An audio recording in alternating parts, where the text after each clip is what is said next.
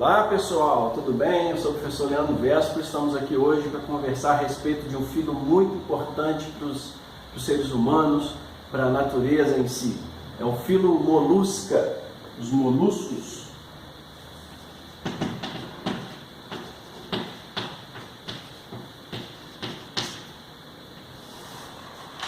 Como eu falei, esse filo é muito importante e em termos evolutivos ele tem um ancestral comum com outros filos que a gente vai estudar posteriormente, o filo dos anelídeos e dos artrópodes, certo? Os moluscos que acompanham o nosso dia a dia aí, por exemplo, o polvo, por exemplo, a lula, né? Caracóis, mexilhões, ostras, eles fazem parte do nosso dia a dia, são muito interessantes, são animais muito interessantes, certo? Eles correspondem ao segundo grupo que tem mais espécies conhecidas, né? Ficando atrás apenas dos artrópodes, que a gente vai estudar em outro encontro, ok? Os moluscos são animais marinhos e terrestres, alguns deles então vivem na água do mar, outros vivem em água doce, outros vivem em ambiente terrestre, ok? De maneira geral, o seu corpo é dividido em algumas regiões, como por exemplo, os pés, né? Ele tem uns pés, tem uma massa visceral, tá? E alguns podem ou não apresentar conchas, certinho? Eles podem ser divididos em três grandes grupos. São divididos no grupo dos gastrópodes, são divididos no grupo dos bivalves e também no grupo dos cefalópodes, ok? Mas antes da gente falar um pouquinho desses grupos, a gente vai então apresentar algumas características gerais.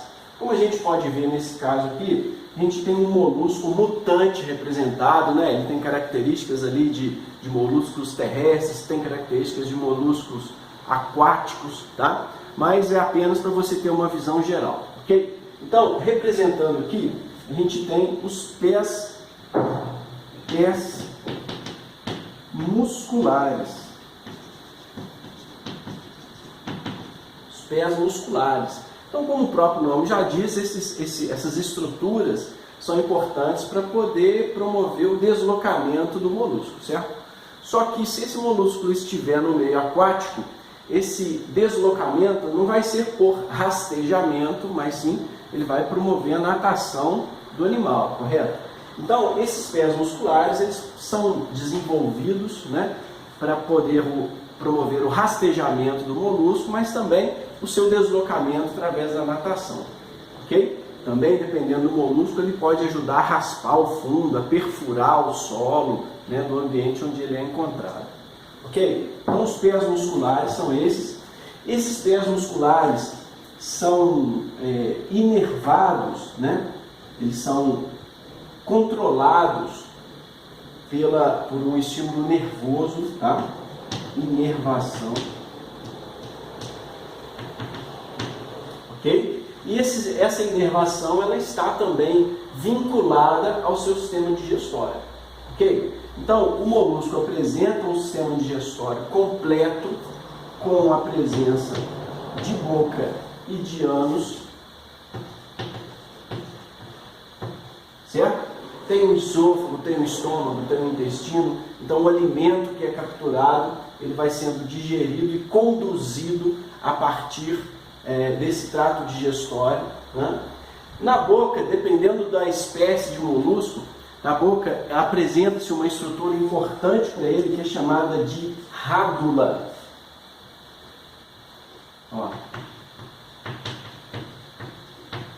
Rádula. A rádula é uma estrutura que vai raspando o alimento e conduzindo esse alimento para o interior da boca, tá? Ela vai se movimentando e conduzindo, raspando e conduzindo o alimento para o interior da boca para ele então ser absorvido e digerido, ok? Além disso, né, também os moluscos apresentam um sistema circulatório com o coração representado aqui nesse esquema, tá? Mas é um sistema circulatório que ainda é muito primitivo, né? Ele é um sistema circulatório que não é tão aperfeiçoado como o nosso, que ocorre completamente dentro de vasos, né? ele tem já vasos sanguíneos, mas o sangue é despejado em determinado momento, o sangue é despejado na cavidade visceral dele, ele é despejado nessa massa visceral, nesse tecido visceral que compõe a parte interna do molusco, ok?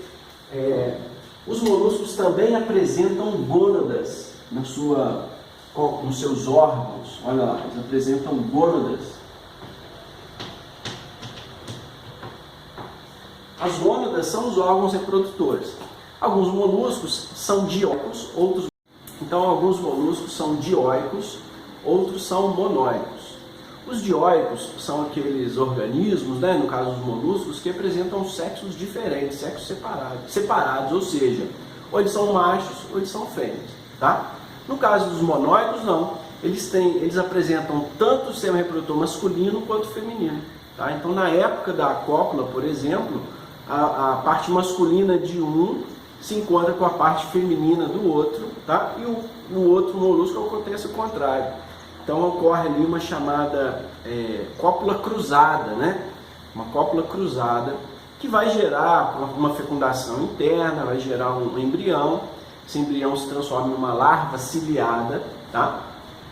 E aí essa larva nadante, ela vai dar origem a um novo organismo, ok? Então, em termos de reprodução, o molusco ou é dioico ou é monóico. Monóico no caso, por exemplo, de caranguejos, caramuços, dioicos, os outros grupos, né? Dioicos são os outros grupos, por exemplo, o polvo, lula e por aí vai, né? Outros representantes, ok?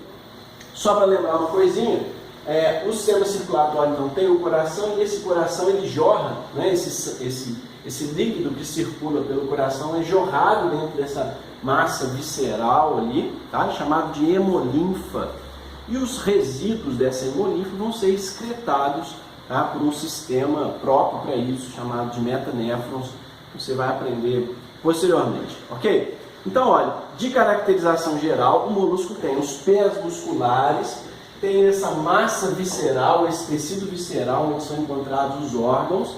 Ele também tem uma estrutura aqui que eu representei em azul, que é o manto. Ó, o manto está representado ali.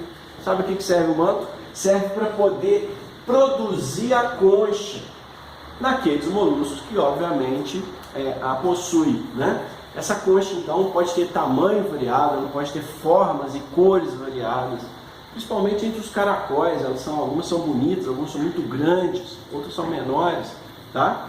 Elas são importantes para poder promover o molusco, promover a proteção do molusco contra predadores, né? Ela protege. O molusco tem um corpo muito mole, então contra pancadas, proteção contra predadores. E para aqueles moluscos que são terrestres, é uma aquisição evolutiva importante essa presença dessa concha, que vai permitir protegê-los contra a desidratação, ok? Então, característica geral do molusco: pés musculares, massa visceral com todos aqueles órgãos que eu falei com vocês, e um manto que é responsável pela produção das conchas, certinho? Os gastrópodes, então, falando um pouquinho sobre eles, são aqueles moluscos que têm a boca próxima aos pés, como eu já disse para você. São moluscos terrestres, se alimentam com o uso da rádula, né? Os bivalves são os mexilhões, são as vieiras. Tem esse nome porque apresentam duas conchas, tá? Elas são unidas também por uma musculatura, né, que comprime e serve para promover sua defesa também, ok? Elas têm uma característica interessante, que a sua alimentação não é através da rádula, mas sim eles são filtradores. Então, o que tiver banho em suspensão no mar, né, ela vai captar aquilo, vai utilizar como alimento. Mas tem um fator interessante, que é o seguinte: se for algo captado que não é alimento, ela vai juntando aquilo, secretando uma substância, uma molécula que vai revestir aquela partícula que não é alimento, e ela forma um bolinho daquela molécula, né, que a gente conhece com o nome de pérola, tá? Então as pérolas são, na verdade, produto das moléculas, das partículas que as conchas, né, que os bivalves, eles não vão utilizar, né? Algumas bactérias, algum antígeno, alguma molécula que não é do próprio corpo, que ele entende que tem que se defender contra ela, ele monta, agrupa essa molécula, vai revestindo com uma substância e aí ela vira uma pérola, ok? Daí então a sua importância econômica, vamos dizer assim, existem criadouros, né, que os humanos utilizam, né, como criadores e produtores de pérolas, ok? Outra característica importante desses bivalves é o seguinte: eles podem acabar aderindo em embarcações, tá? E podem causar buracos nessas embarcações, causando naufrágio de alguns navios, etc. Tem relatos também que eles se aderem a hidrelétricas e atrapalham a produção de energia, ok? Então existe uma série de fatores então que os bivalves podem estar relacionados, né? Por exemplo, eles são um dos poucos grupos de animais descritos na literatura que faz uma relação de simbiose com bactérias fixadoras de nitrogênio. O nitrogênio vai ser utilizado para elas produzirem moléculas orgânicas, né? Por exemplo, aminoácidos que contêm nitrogênio, e esses aminoácidos são passados então, são transportados então para os bivalves, ok? Em contrapartida, os bivalves também têm um benefício, que é o de degradar madeira, que é o de digerir celulose. Quem faz isso, na verdade, são as bactérias que existem no seu trato digestório, né? Elas secretam uma enzima chamada celulase, e por isso esses bivalves, né, que são os teredos, né, eles conseguem digerir madeira, ok? Certo? Vamos passar agora para os cefalópodes. Cefalópodes, então, são os grupos de moluscos que têm os tentáculos, né, têm os pés modificados e alongados para se tornarem tentáculos, né? Esses tentáculos são controlados pelo tecido nervoso desses animais, tá? E eles também são importantes para poder capturar as presas, tá? Os cefalópodes são predadores naturais, ok? Eles capturam as presas utilizando esses tentáculos e também eles têm um veneno eles secretam na sua boca uma substância que tem veneno que ajuda a paralisar as presas, certinho? Eles apresentam essa capacidade, então, de se alimentar através da captura a partir dos tentáculos e do veneno, tá joia? Eles se alimentam de peixes, eles são carnívoros, né? Outros moluscos são herbívoros, alguns são onívoros, certo? Mas os cefalópodes são carnívoros, então eles se alimentam até mesmo de peixes, né? Eles podem também serem alvos, né, de predadores, né?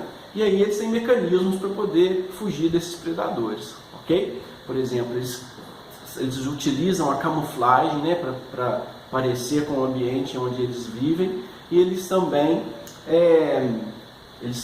além de se camuflar, eles também ejetam, alguns deles ejetam uma tintura, né, escura, e aí enquanto o predador se distrai com aquela tinta, ele se dispersa daquele local rapidamente, certinho? Joia? Então, recapitulando alguns pontos importantes para você fazer um bom aprendizado sobre os moluscos. Características gerais dos moluscos: presença de pés, de uma massa visceral, tecido visceral e do manto que secreta a concha, tá? Os grupos de moluscos, pelo menos por enquanto aqui pra gente, os gastrópodes, os bivalves e os cefalópodes, né? A importância da presença das conchas, tá? Para esses animais, para aqueles que os têm. Algumas relações ecológicas, como o mutualismo, a gente acabou de falar, né? E também a sua importância para o ser humano, a produção de pérolas, né?